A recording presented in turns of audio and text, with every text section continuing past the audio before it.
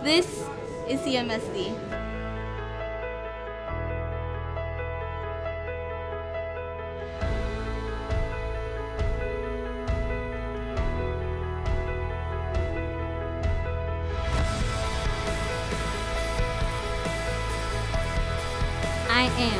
I am. Yo soy. I am Cleveland's Public Schools.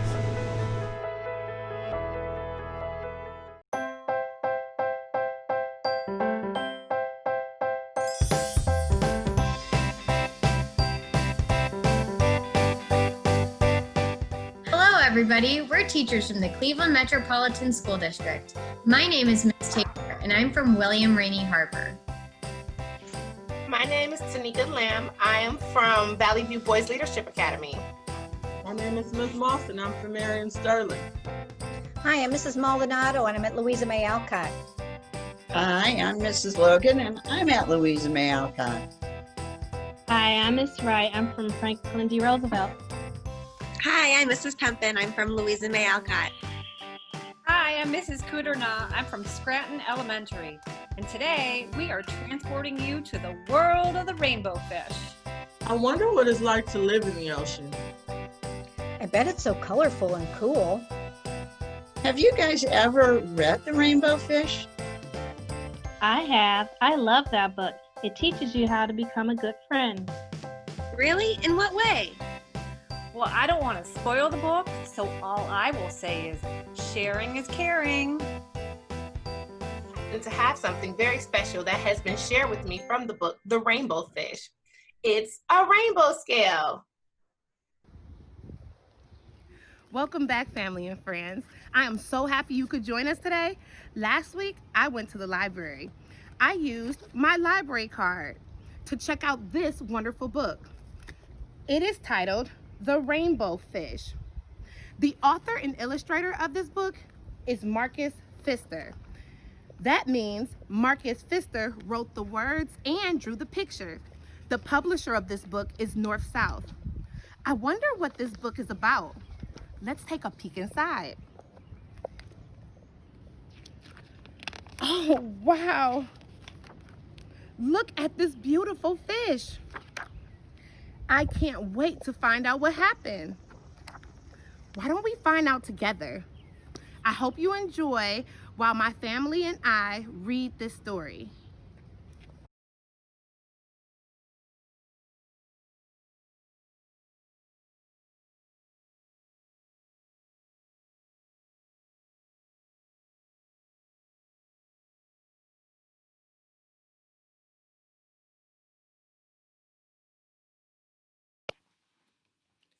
The Rainbow Fish.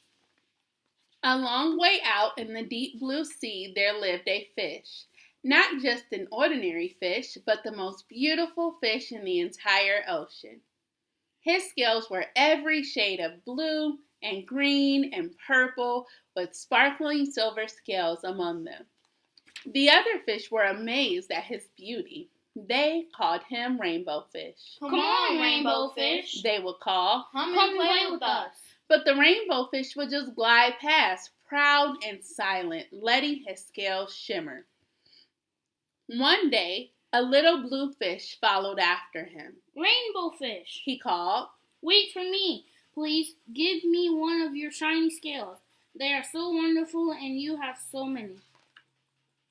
You want me to give you one of my special scales? Who do you think you are? Cried the Rainbow Fish. Get away from me. Shocked, the little blue fish swam away. He was so upset. He told all his friends what had happened. From then on, no one would have anything to do with the Rainbow Fish. They turned away when he swam by. What good were dazzling, shimmering scales with no one to admire them? Now he was the loneliest fish in the entire ocean. One day, he poured out his troubles to the starfish. I really am beautiful. Why doesn't anybody like me? I can't answer that for you, said the starfish. But if you go beyond the coral reef to a deep cave, you will find the wise octopus. Maybe She can help you. The rainbow fish found the cave. It was very dark inside and he couldn't see anything. Then suddenly 2 eyes caught him in their glare and the octopus emerged from the darkness. I have been waiting for you, said the octopus with a deep voice. The waves have told me your story. This is my advice. Give a glittering scale to each of the other fish. You will no longer be the most beautiful fish in the sea, but you will discover how to be happy.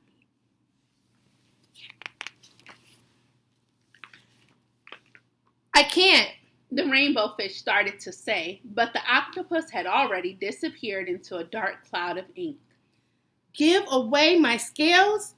My beautiful shining scales? Never.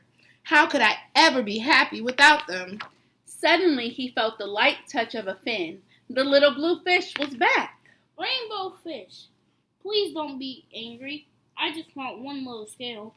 The rainbow fish wavered. Only one very, very small shimmery scale? He thought. Well, maybe I wouldn't miss just one. Carefully, the rainbow fish pulled out the smallest scale and gave it to the little fish. Thank you very much. The little blue fish bubbled playfully as he tucked the shiny scale in among his blue ones. A rather peculiar feeling came over the rainbow fish. For a long time, he watched the little blue fish swim back and forth with his new scale glittering in the water.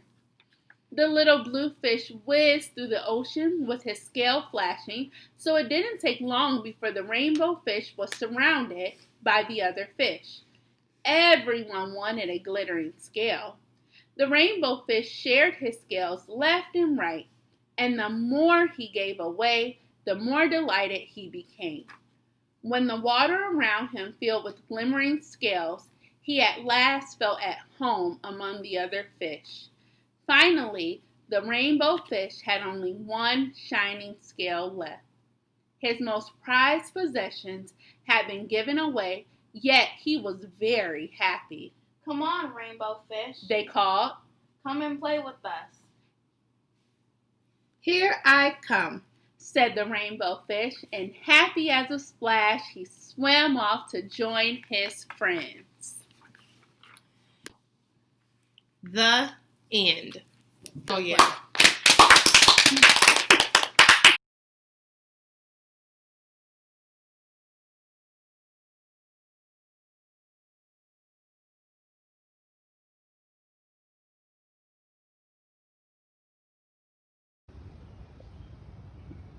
Thanks for watching. Thanks, Miss Tanika, for the cool scale. By now, you've heard the story of the rainbow fish and his fancy scales. So we're going to talk about that story. But we're going to talk about the feelings that took place in the story. There were lots of feelings that happened in the rainbow fish around these fancy scales. Look at that. Cool, huh? So, you guys know about feelings, I'm sure. You could feel lots of feelings. Everybody has lots of feelings. Let's practice some. You guys know the feeling of happy, right? Sometimes you feel happy. Let me see your happy face. Big smiles, right? All right, what about surprised? Let me see your surprised face. Surprise! Good job. Let me see your angry face. Because sometimes we all feel a little angry, right? Let me see your tired face. Sometimes we feel tired, sleepy. Right. So we all know about feelings. Let's talk more about the rainbow fish's feelings in the story. So, the rainbow fish had those beautiful, fancy, shiny scales, and he felt very, what's the feeling? He felt very proud of those fancy scales. Proud, he's very happy to have those scales. Chin up, was very proud. I'd be proud too if I had fancy scales. But not only did he feel proud about those scales, he was happy to have them too. Who wouldn't be happy to have fancy scales? And his friends were pretty excited about those scales too. They really liked them. So much so that that little fish asked for a scale. How did that make the rainbow fish feel when the little fish asked for one of his scales? The rainbow fish didn't like that at all. He was a little mean, honestly, right?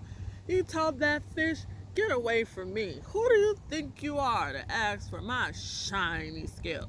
Because remember, the rainbow fish was very proud to have his scales.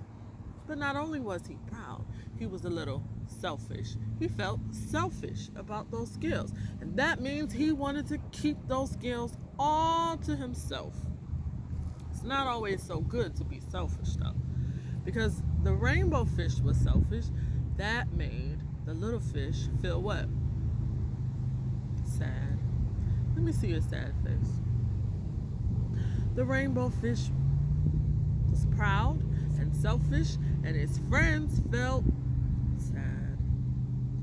And then his friends didn't want to play with him anymore. How would that make you feel if your friends didn't want to play with you anymore? Yeah, I feel sad too. I wouldn't like that at all. So the rainbow fish felt sad too.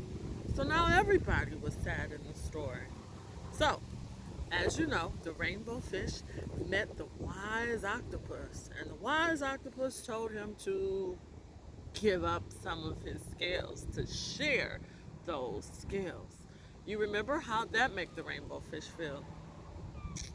He didn't like that one bit because remember, he was selfish about his fancy scales, didn't want to share.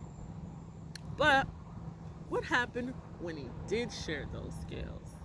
The little blue fish felt happy. He was very excited and happy about having a fancy scale of his own.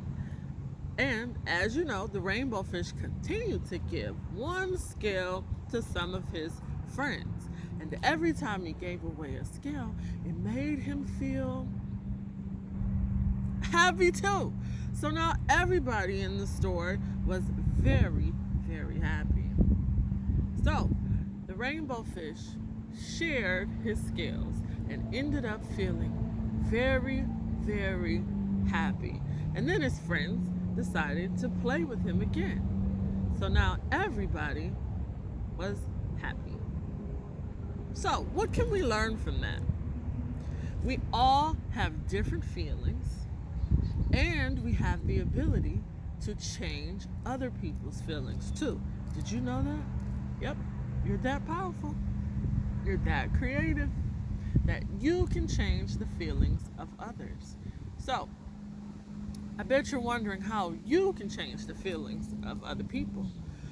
Well, let's go back to the rainbow fish. The little fish was sad at first because the rainbow fish didn't want to share those fancy scales. But when the rainbow fish shared his scale, he changed how the little fish felt. Because once he shared a scale, the little fish felt happy. So he changed his feelings by something he did, by sharing, by giving to others. So let's think, how can you change the feelings of others? Let's think about your mom and dad for a minute. How can you make your mom and dad happy? I bet you have a room, don't you? Filled with lots of toys, huh? I have a room too. I've got some toys. And I bet your mom and dad feel kind of grumpy or sad when your room is really messy because you've been playing pretty hard, right? So, they feel mad when your room is messy. How can you make them feel different or feel happy? Take a guess. You got it. You could clean up. So if your room is messy and your mom and dad feel grumpy about that, you could clean up. And that could change their feeling to happy. Mommies and daddies like when things are nice and clean. We're weird like that. So, you can change the feelings of others. You could even be like the rainbow fish and share something of yours. Share your favorite toy with your brother or your sister or your friend. We all can change the feelings of others. And I want you to look for ways to make people happy every single day. Bye-bye now. Hi everybody, it's Mrs. Maldonado from Louisa May Alcott. I'd like to start by thanking Miss Moss for her really nice lesson on the rainbow fish today. We're going to continue with the rainbow fish doing math. And guess what? Shh, I have a secret. We're going to be using candy today. Who loves candy? Raise your hand. I do. We're going to start by opening up our bag of Swedish fish here and pouring it out onto the table. The next thing we're going to do is we're going to put it into groups by color. I see some beautiful yellows and reds. Oh, just like the rainbow fish. Such pretty, pretty colors. Oh, look at that. I have 4 groups. Red, yellow, orange, and green. We're going to take our 4 groups and we're going to make a graph. What do you need to include when you build a graph? The first thing you need to include is a title. The second part of a graph are the labels. And the third part are the numbers.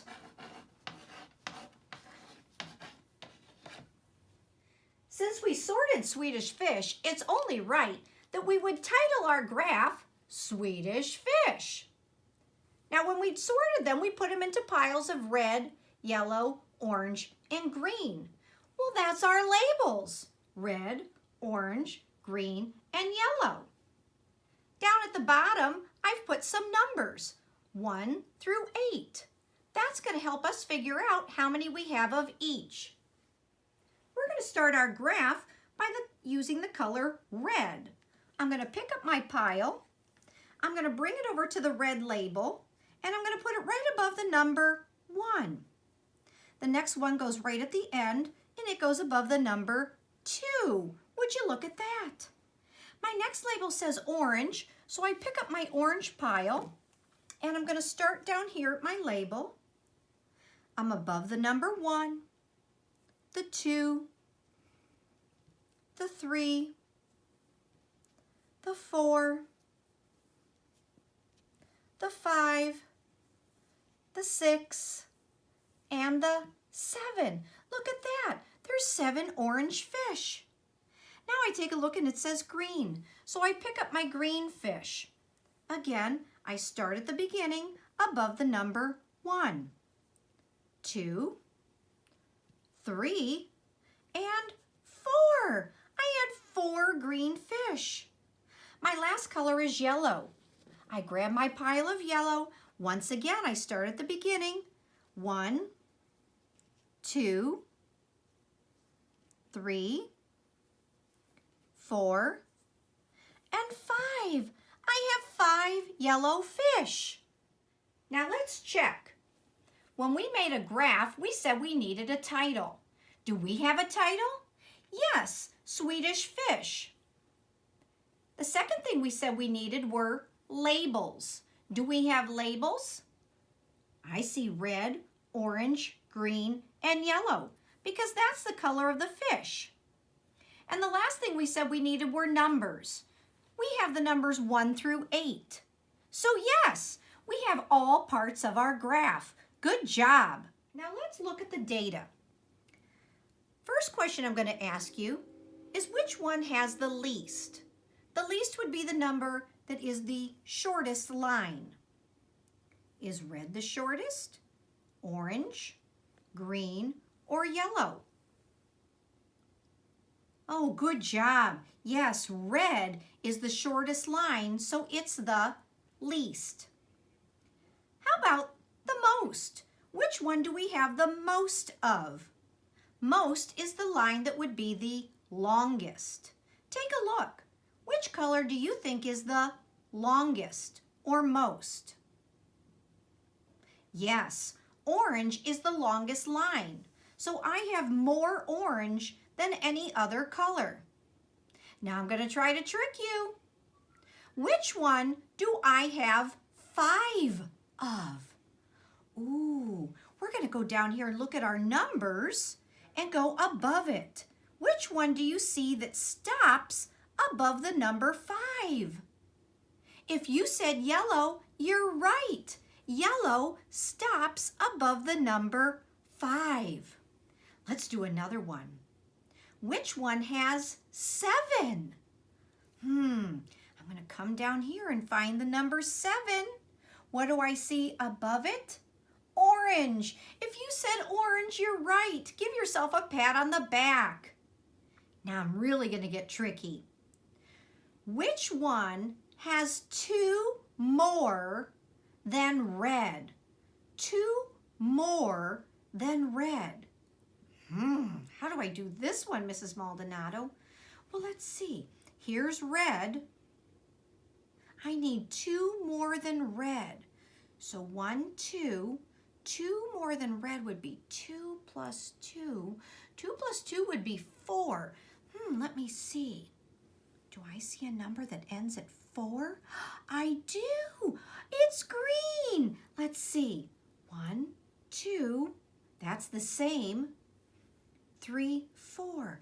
That's 2 more. Oh my gosh, you are so smart. Good job figuring out 2 more than red. Well, I hope you had fun today. You did some really good work. I'm really impressed. Let's review what we did. We made a graph. We said they have to have a title, Swedish fish. Labels, those were our 4 colors. And the numbers, we used 1 through 8. Now maybe you don't have Swedish fish at home, and that's okay. But I want you to build a graph today. Maybe you have a cool collection of erasers you could sort and graph. How about some cute stickers? They make really good graphs too. Bag of goldfish? Or what about your favorite candies? You might have M&Ms or Skittles. You could sort those into colors and make a graph. How about your toy chest? Maybe you could find a collection of cars and sort it by color, or maybe sports cars versus convertibles. I don't know. You could find so much already that you have in your room that you could make a graph out of. I look forward to seeing you in the future again, and I hope you have a really nice summer. I'm going to pass it off to Mrs. Logan. Goodbye! Thank you, Mrs. Maldonado. I'm Mrs. Logan. I'm so glad that you came back for another fun day of learning. In our story today, Rainbow Fish, it holds a special message. Kindness goes much farther than being selfish. I try to be kind in everything I do, and I'm sure you do too. I'll be teaching you about compound words, and there are several in our story. I wonder if you know what they are. Rainbow in the title is a compound word. I will also be teaching you American Sign Language for the compound words we will be learning about. Before I get started, let's find out more about compound words. Compound words. There are 3 different types of compound words. Closed compound words are 2 words that have been put together to make a new word. Hyphenated compound words, such as merry-go-round, open compound words, are often written with a space between them, such as school, bus, and living room. Today we're going to be working with closed compound words, ones that are made up of 2 words that have been put together to make a new word.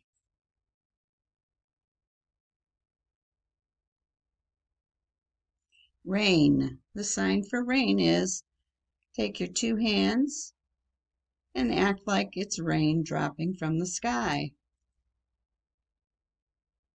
Bow. Take your hands and tie a bow. Equals rainbow. Put your thumb on the palm of your hand, 4 fingers out, and go across and up over your head. Rainbow, rainbow.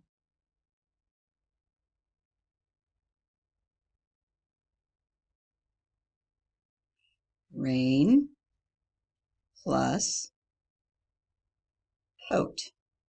Act like you're putting a coat on. Equals rain coat. Rain plus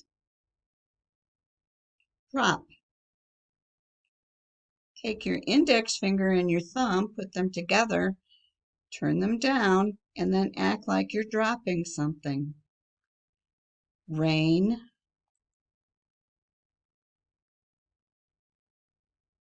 rain drop.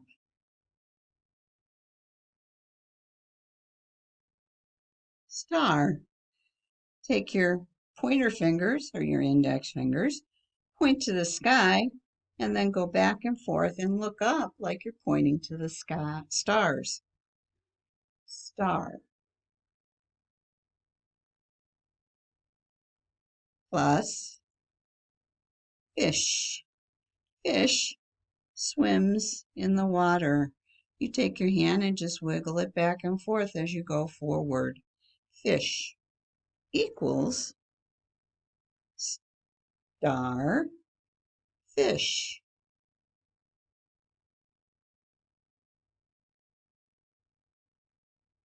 Angel. Take your hands, put them on your shoulders, and then turn them out and flap like they're wings. Angel plus fish equals angel fish. Angel fish.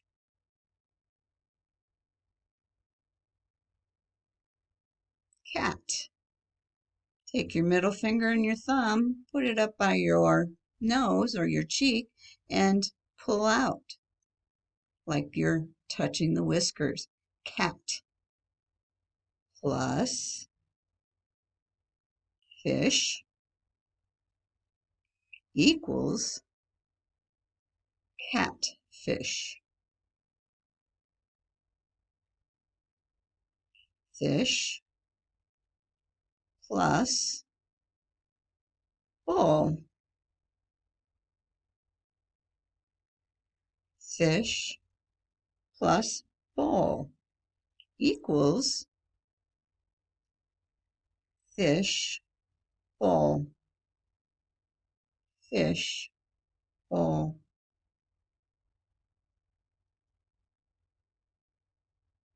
Fish plus hook.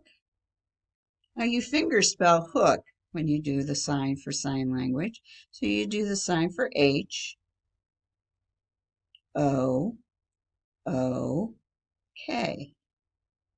Let's do it again faster. H, O, O, K. So fish, hook. I hope you had fun learning about compound words and the signs that go along with them. Thank you for joining me. And now get ready for an art craft with Ms. Wright.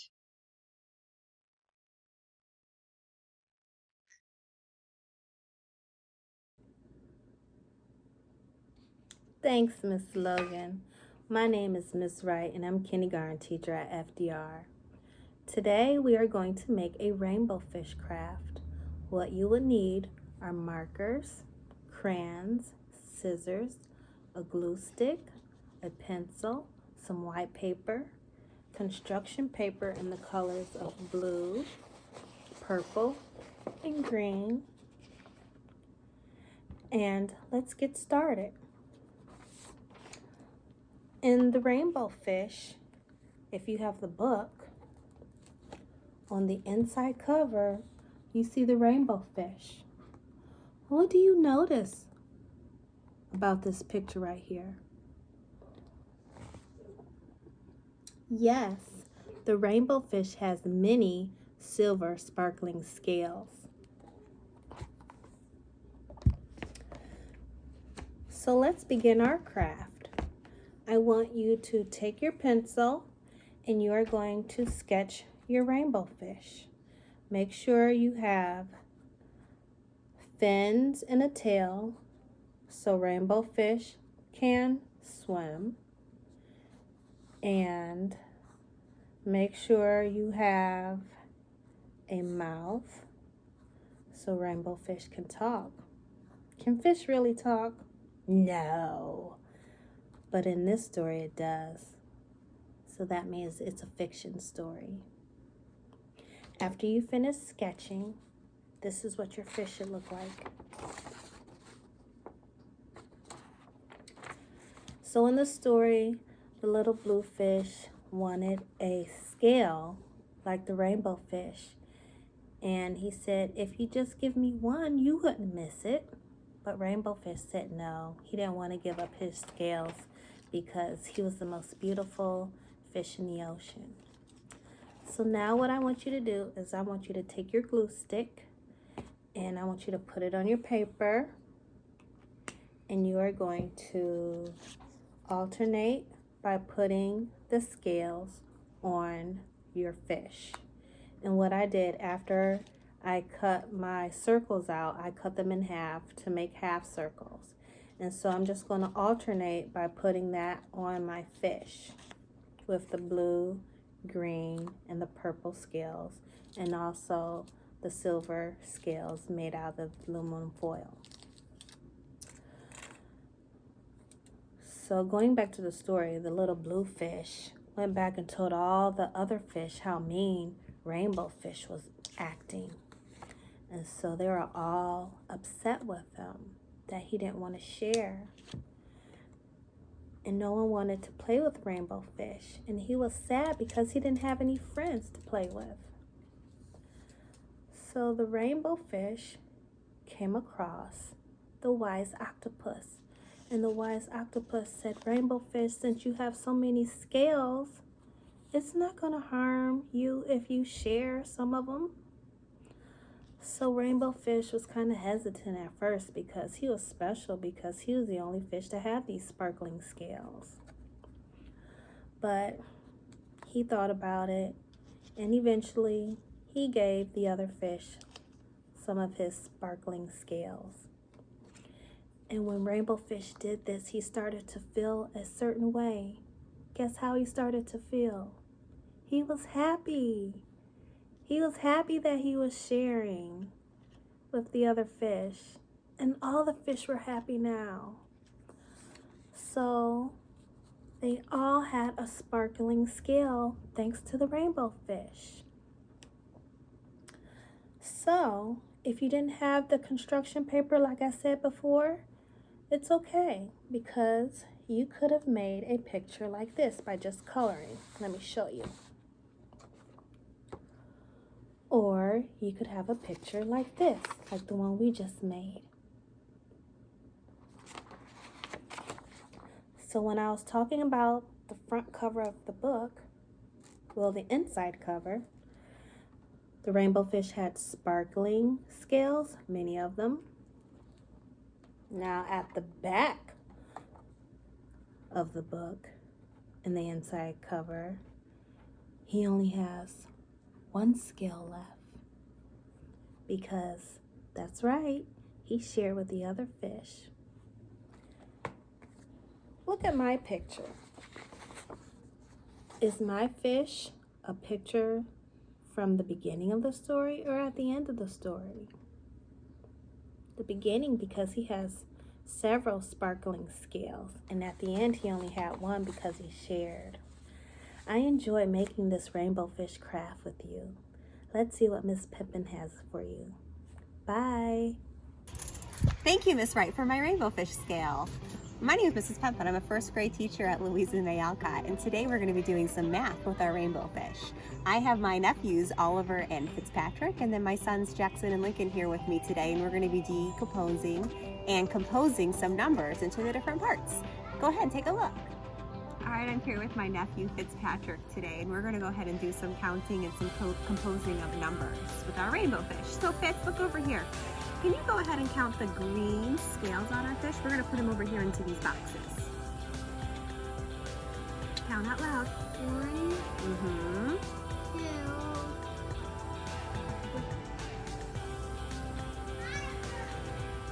There you go. Mm-hmm. So we have 4 green ones. Now we're going to count on and add the blue ones. Can you go ahead and add the blue ones on? We were at 4, so what comes next? 5. Mm-hmm.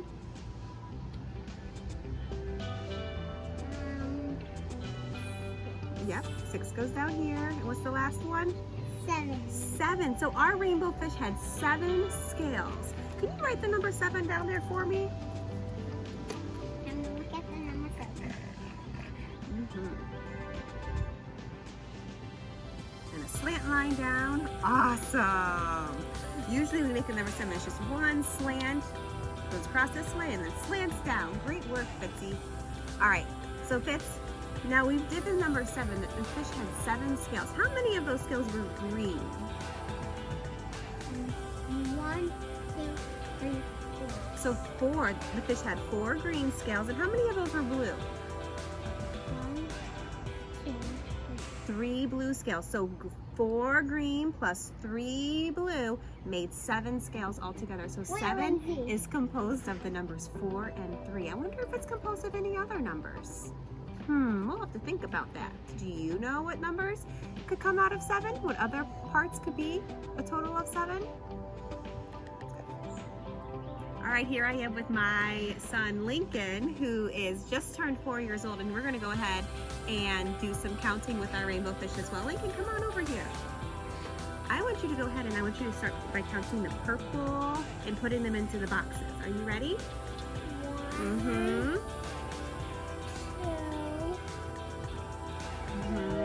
3, 4, 5, 5 purple scales.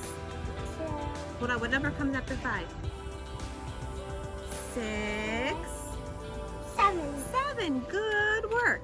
All right, so Lincoln, can we go ahead and do the number? All right, and now Lincoln's gonna go ahead and write the number 7 on his thing. Remember, it goes straight line and then slant down. Can you write that number 7 for me? We're gonna do straight line and slant down. Nice work, Lincoln. All right, so what we found here is, Lincoln, you wrote the number 7. There were 7 pom-poms on your fish. Can you count me how many purple ones there were? Count the purple ones for me. 1, 2,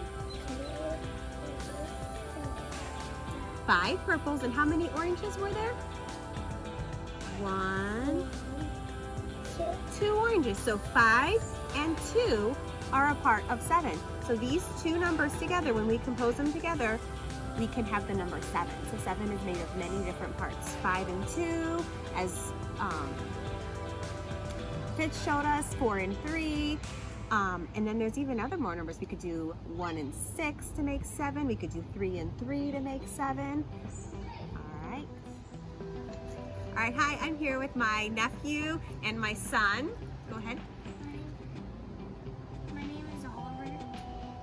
My name is Jackson. And we're gonna do some composing and decomposing of some numbers here with our rainbow fish. So they have some rainbow fish with some different colored scales, and those are gonna be the parts of their total value number of scales that they have. So boys, I want you to go ahead. I want you to start with your purple. I want you to start with your blue. And I want you to go ahead and count those scales and put them into your number bond for me.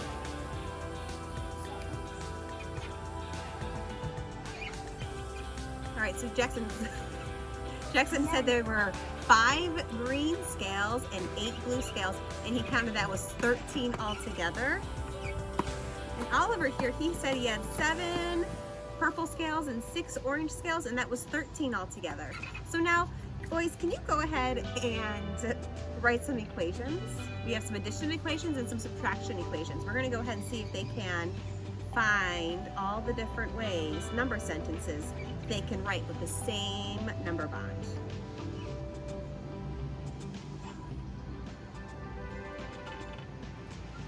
Okay, let's go.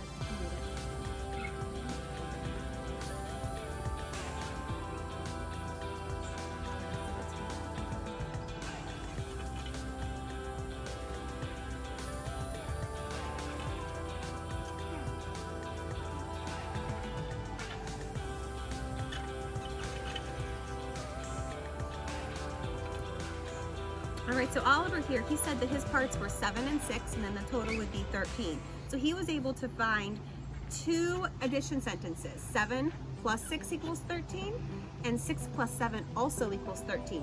When you're adding numbers together, it doesn't matter which addend goes first, you're still going to get the same sum.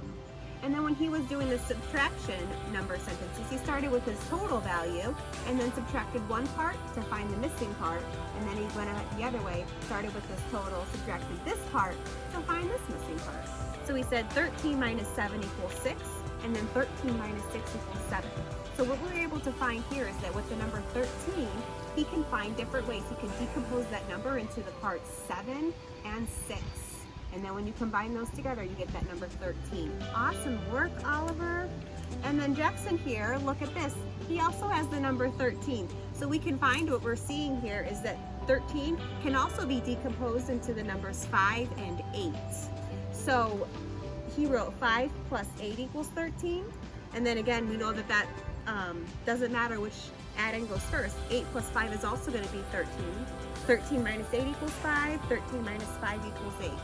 So we know that 13 can be decomposed into 7 and 6, and 13 can be decomposed into 5 and 8. Hi boys and girls, I hope you enjoyed working with the boys today and doing our decomposing and composing of numbers.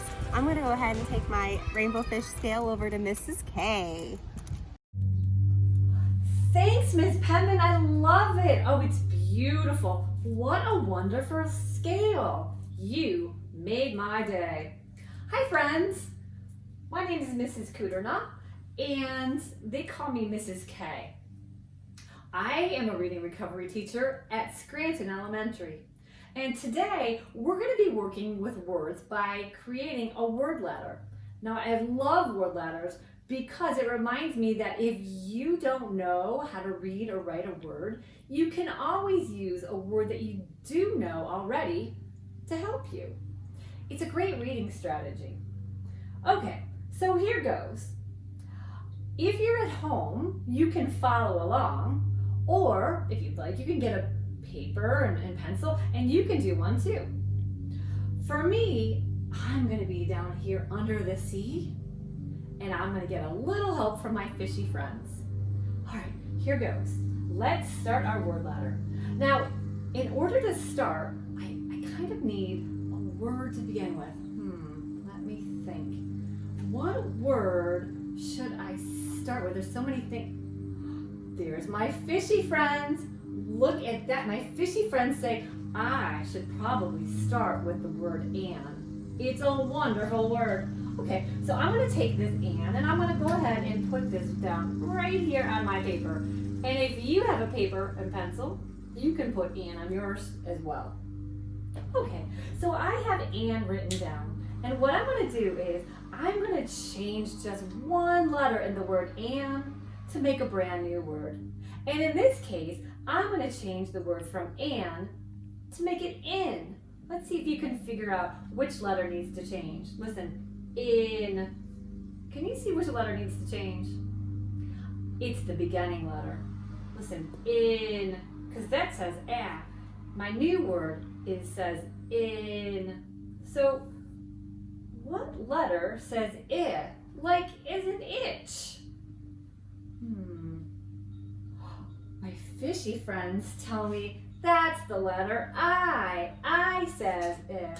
So underneath my and, I'm going to put an I. Now I've made the word in. I have and, I have in. Okay. So on the next one, I'm going to change the word from in to make it fin. Now rainbow fish had a lot of fins. He had a dorsal fin and a tail fin. So fin is a good word to write. So let's change in to fin just by adding a new letter. Listen, in. What letter do I need to add? It's the letter that makes the sound. Let's see, what says Well, there's a fish way over here, like way over here. Let's see if I can get him over here. Oh, look. This fish says okay, so all I needed to do is add the and then I can put my in down. Alrighty, so I have in, I changed it to in, and now I have fin. Let's see if I can change it one more time. Let's see if I can change my word from fin to fish. This time, I'm going to change the ending. Listen, ish. What makes the sound sh? I also hear that sound in the word ship. What makes the sound sh? Look at that. My fishy friends help again. SH, it's a digraph and it says shh. So I'm going to change the n sound to a sh sound. So I have the f is the same and the I is the same, and this time I'm going to add my sh sound. So I have an, in, fin, fish. And we know that rainbow fish was a great fish. But he also had a wish. He wished to have a lot of friends. So let's see if we can change the word from fish to wish. Wa-ish. I think the beginning's going to change. It's going to go from f to wa. Like in the word wind. Wa. What says wa? Yet again, my fishy friends come to help. Look at that, everyone. It's a wa. W says wa. So I'm going to go ahead and put my W down. And now I'm going to add my ish. All right. So we've changed fish into wish. Now, rainbow fish also was able to swish his tail in the water. See, he could swish his tail back and forth. And if you were able to write wish, all you need to do is add another letter to wish to make it swish. So all I need to do is add a new letter at the beginning to s. So here I go. S. Now I'm going to add wish. All right, last one. I am going from swish to swim. I'm going to change the ending, swim. What makes the sound? That's right, it's the sound, like man. Look at that. It's the M.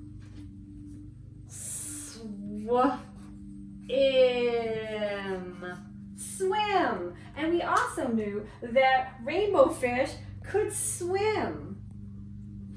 All right, I like to swim too, and I'm going to take these off, put on my goggles, get ready for a swim, but first I must hand this to Miss Tabor. Here you go, Miss Tabor, thank you. Thank you, Mrs. K. I finally have my very own rainbow scale. So cool. My name is Miss Tabor, and today we're going to learn about marine life. Let's dive deep into the deep blue sea. I agree, rainbow fish. What can you teach us about this beautiful coral reef? Well, the coral reef is the place where I live, and it's full of different life. What different life do you see? I see an octopus here. Very cool. I see a sea star. Yeah, I see a sea star too. Ooh, a stingray. Very nice. I wonder why all these different things look so different.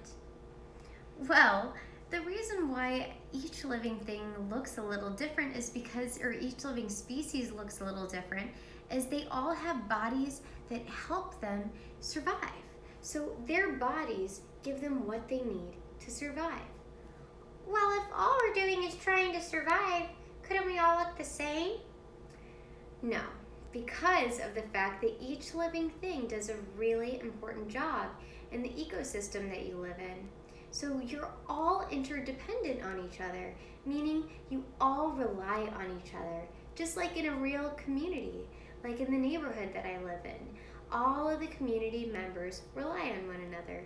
So we each do really important jobs that only we could do, right? Exactly. Now let's research some of the animals that I see here below. How about we start with a seahorse? No, a sea dragon. A sea dragon moves very slow, but he loves to play hide and seek. Cool, I like to play hide and seek too. All right, which animal should we learn about next? Sea star. Good choice. The sea star is another fascinating animal, especially this one. What do you notice? I notice one of his legs is shorter than the other. This one. I noticed that too. Oh, it looks like maybe it's broken. That's too bad. Well, actually, a sea star can regenerate its limbs, so that means that it can grow its legs back. No way! You know another cool thing about a sea star? It doesn't have a brain. Hey, that's not very nice. I'm not saying it in a mean way. It just doesn't have a brain. It doesn't need a brain to survive. Whoa, that's awesome. It also doesn't have blood. Get out of here. It's true. It doesn't need a brain or blood to survive. Okay, now let's pick another animal. We've talked about an animal that does not have a brain. How about we focus on an animal that has 9 brains? It's called an octopus. And an octopus is a really interesting animal. Why is it so interesting besides the whole 9 brains thing? Well, again, the 9 brains thing is pretty cool. And the other interesting thing that they have a lot of are hearts. An octopus has 3 hearts and 9 brains. Well, how many ears does it have? It doesn't have any ears. An octopus actually cannot hear. But they do have 9 brains, so you better believe they are smart. Whoa, I wonder what I could do if I had 9 brains. It's interesting stuff. All right, so finally, I want us to learn a little bit about the rainbow fish. I thought you never asked. Now, a rainbow fish is a really special type of fish. We live here in the coral reef with lots of other living things. Remember that special word, biodiversity? We live in a place that is full of biodiversity. And biodiversity means all the different living things in one ecosystem. Another fun fact about me, I love blankies at nighttime. My blankies are a little different than your blankies though. I make them out of, well, all rainbow parrotfish, we make them out of mucus. And they're really warm and cozy and they keep us safe. Wow, how interesting. Now, Rainbow Fish, you told us that you were going to sing us a song. Is that still true? I guess so. Okay, this is a song by the Fish Boys. It's my band. I hope you like it. All right, the Fish Boys, you say. I live deep in the ocean with all my fishy friends. We swim around learning in a school of fish. We use our scales as protection to keep us strong and hard. And our fins help us swim the ocean's boulevards. Our gills help us breathe so we can survive. And our eyes help us see predators nearby. All over the ocean, down to the deep blue sea. I'm swimming with my class in biodiversity. So cool. You're really helping us understand the word biodiversity, Rainbow Fish.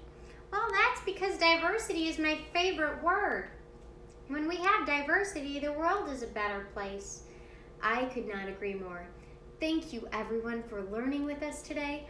Thank you, Rainbow Fish. You've been such a wonderful help for us to understand coral reefs and biodiversity and the ocean even better. You're welcome. I'll see you all later. See you later. Bye. Thanks for joining us for another fun day of learning, and we hope to see you back here next time. Bye. Bye.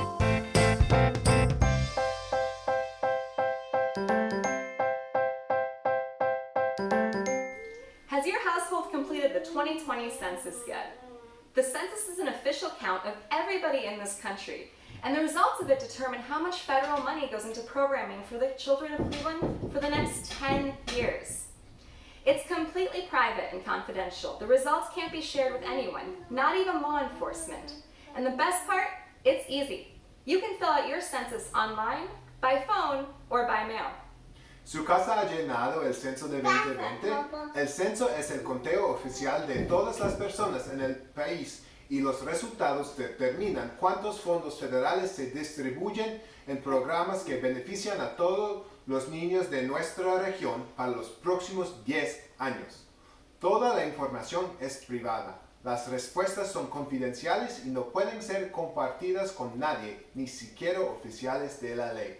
Y mejor que todo, es fácil. Puede responder por internet, por teléfono o por correo. So who counts? Entonces, ¿quién cuenta? Does my cat count? ¿Los gatos cuentan? No. No. Do my dogs count? ¿Los perros cuentan? No. No. Does he count? ¿Los niños cuentan? Yes. Sí. Everybody that's a human in your house counts. Cada persona que es ser humana en tu casa cuenta. So to fill out your census, go to www.my2020census.gov or call 1-844-330-2020. Para llenar el censo, pueden ir al www.my2020census.gov o llama al 844-330-2020. And don't forget, you count. Y no olvides, tú cuentas. This is CMSD.